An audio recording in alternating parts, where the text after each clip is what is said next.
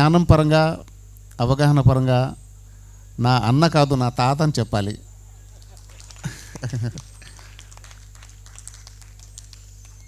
నిజంగా ఈరోజు ఇక్కడ రావటం అనేది నాకు చాలా ఎనర్జెటిక్గా నేను ఫీల్ అవుతున్నాను. నా యొక్క బలాన్ని కూడా మా బ్రదర్ కనిపెట్టారు. మా అబ్బాయికి చెప్పారు, ఆయన ఈ ప్రోగ్రాంకి వస్తే ఆయన కోలుకుంటాడని. నిజంగా ఇలాంటి ప్రోగ్రామ్సే నాకు బలం. ఈ విషయాన్ని వారు కనిపెట్టారు.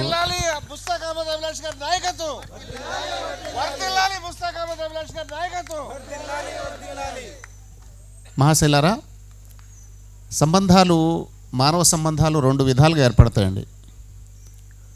ఒకటి భౌతిక ప్రయోజనాలు, అవి ధర్మబద్ధమైన ప్రయోజనాలు అయితే పర్వాలేదు.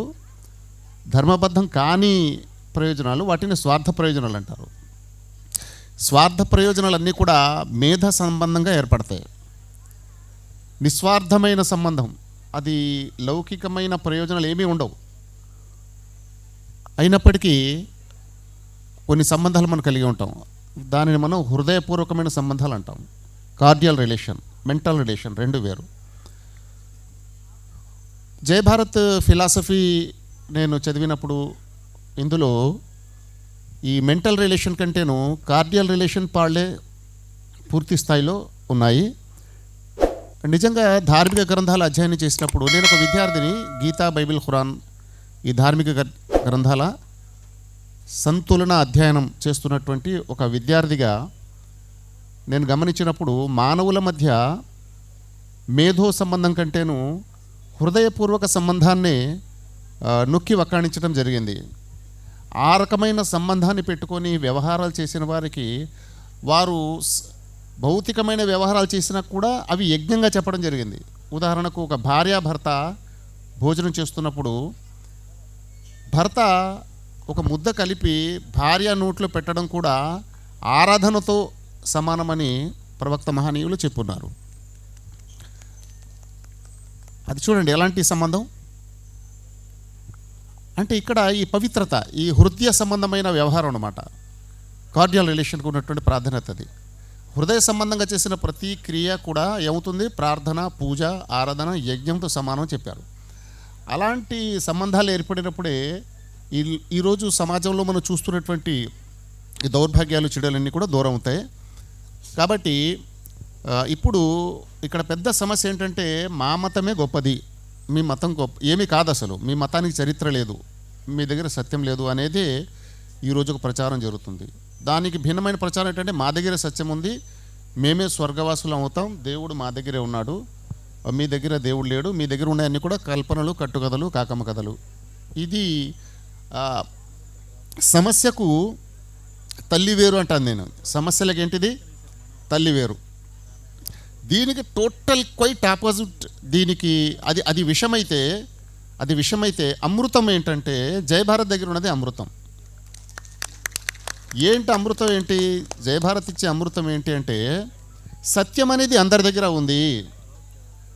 అందరూ ఆ సత్యాన్ని అనుసరిస్తూ తమ తమ ఐడెంటిటీతో, ఒక హిందూ తన ఐడెంటిటీ, ముస్లిం తన ఐడెంటిటీ, క్రైస్తవుడు తన ఐడెంటిటీ, ప్రతి కులం, మతాలు ఇవన్నీ కూడా ఏవైతే మనం పెట్టుకున్నామో అవి ఆ ఐడెంటిటీలో మీరు ఉన్నప్పటికీ మీలో కనుక హ్యుమానిటీ అనేది వచ్చేస్తే మీ అందరికీ కూడా ముక్తి, మోక్షం ఉంది. మీరందరూ కూడా దేవుని దృష్టిలో ఋషులు, యోగులుగానే పరిగణించబడతారు అనే విషయాన్ని ఘంటాపదంగా, ధైర్యంగా, ఆధార సహితంగా మన రమణమూర్తి గారి సాహిత్యంలో మేము చూడగలం. ఇది గత 20-30 సంవత్సరాల నుండి నేను, మా గురువు గారు, కొంతమంది మిత్రులు ఒక సుదీర్ఘమైన ప్రయత్నం చేస్తూ అన్వేషణలో చూసిన విషయాలు ఇక్కడ చూసేటప్పుడు నాకు ఎలా అనిపించిందంటే, జయభారత్ని ఇలా చూసినప్పుడు అద్దంలో నా ముఖం చూసుకున్నట్టు నాకు అనిపించింది. ఇది మా బ్రదర్తో నాకు ఏర్పడిన సాంగత్యానికి మూల కారణం ఇది. ఈ భావధార గతం నుండే మాకుంది.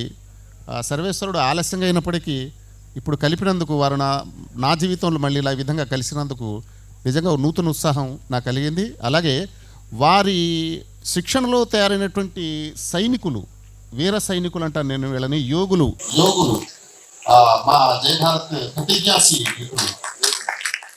వీళ్ళంతా కూడా ఏంటంటే ఒక ఆకాశ తారలు, అద్భుతమైనటువంటి ఒక ఆదర్శ వ్యక్తులు. జైహో సందర్భాన్ని పురస్కరించుకొని ఈ కార్యక్రమం ఎందుకు పెట్టాము, తదుపరి ఏం చేయాలి అనే దానికి సంబంధించిన 2 విషయాలు చెప్పి చూస్తాం. అసలు జైహో అంటేనే ఒక వార్షిక కార్యక్రమాలు చేసే ఉద్యమంగా ఏర్పడిపోయి ఉంది ప్రస్తుతానికి. నిజానికి జైహో ఈ కార్యక్రమాలు 2008 నుండి జయభారత్ పేరిట ఈ యొక్క ఉద్యమం నడుస్తుంది.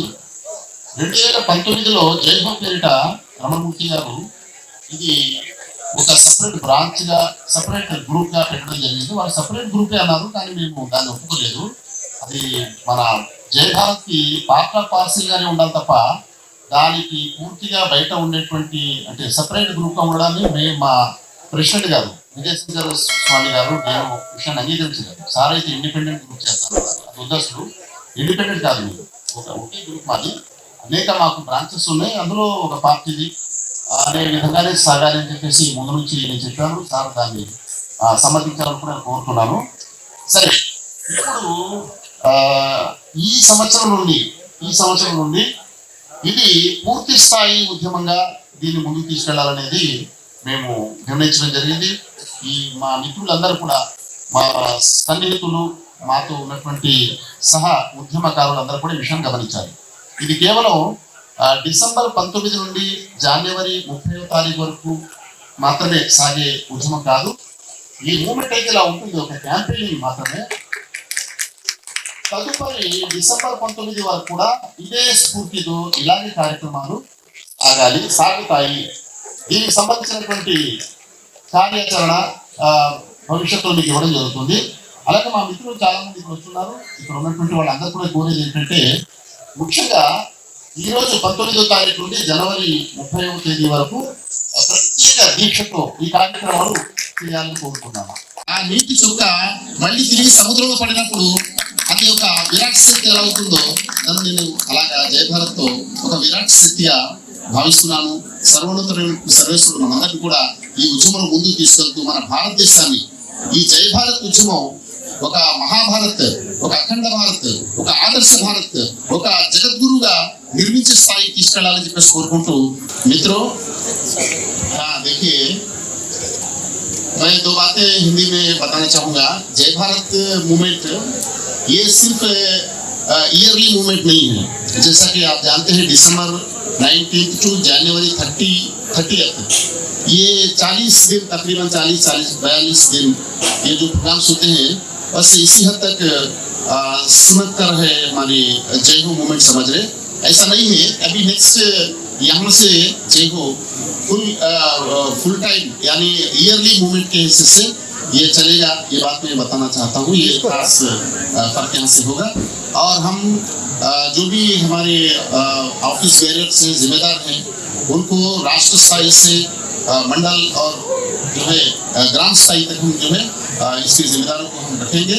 और घर घर ये पैगाम हमको पहुँचानी है. चूँकि भारत का एक पुरानी इतिहास है. वो इतिहास क्या है? भिन्नत्व में एकत्व और समन्वय और सहजीवन की और प्यार और मोहब्बत, त्यागशीलता, प्रेम, ये जो मैसेज है आज तक हमारे भारत को जिंदा रखा. हमारे भारतीय संस्कृति, इसका नागरिकता जिंदा रहने की वजह यही है. अगर भारत से कोई मोहब्बत करते हैं तो इन मूल्यों से मोहब्बत करना है.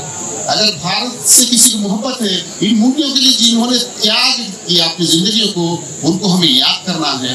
फिर जो है इस मूल्यों को हमको प्रैक्टिस में रखना है. और इन मूल्यों को जो है भारत के हर बच्चे तक नहीं बल्कि सारी दुनिया में इसको फैलाना है. फिर जो है अपने भारत को वो पुरानी वैभव विश्व गुरु की जो हैसियत हमारे भारत को है वो फिर जो है हम हासिल कर सकते हैं. वो परमेश्वर हम सबको इस काम के अंदर मदद करें. हमें जो है हमारे रमण मूर्ति साहब को एक माध्यम हमको उस ईश्वर ने बनाया है. एक महान शख्सियत है. उनके लिटरेचर को हमको पढ़ना चाहिए. उनकी जो है भावधारा उनकी अपनी नहीं है, ये पुरानी भावधारा है. उसको खोज कर वो जो है बंदा जो आज हमारे आंखों से दूर हो चुका है, हमें अवचल हो चुका है, जो हमें जो है उसको क्या कहेंगे कि तारीख में उसको भुला दिया गया है, उसको फिर जो है दोबारा ये जिंदा करने वाला एक जो है महान शख्सियत हमको मिला. ये ईश्वर का जो है बहुत बड़ा जो कृपा है. हम इस काम को हम आगे करेंगे. जय भारत, भारत माता की जय. जय हिंद.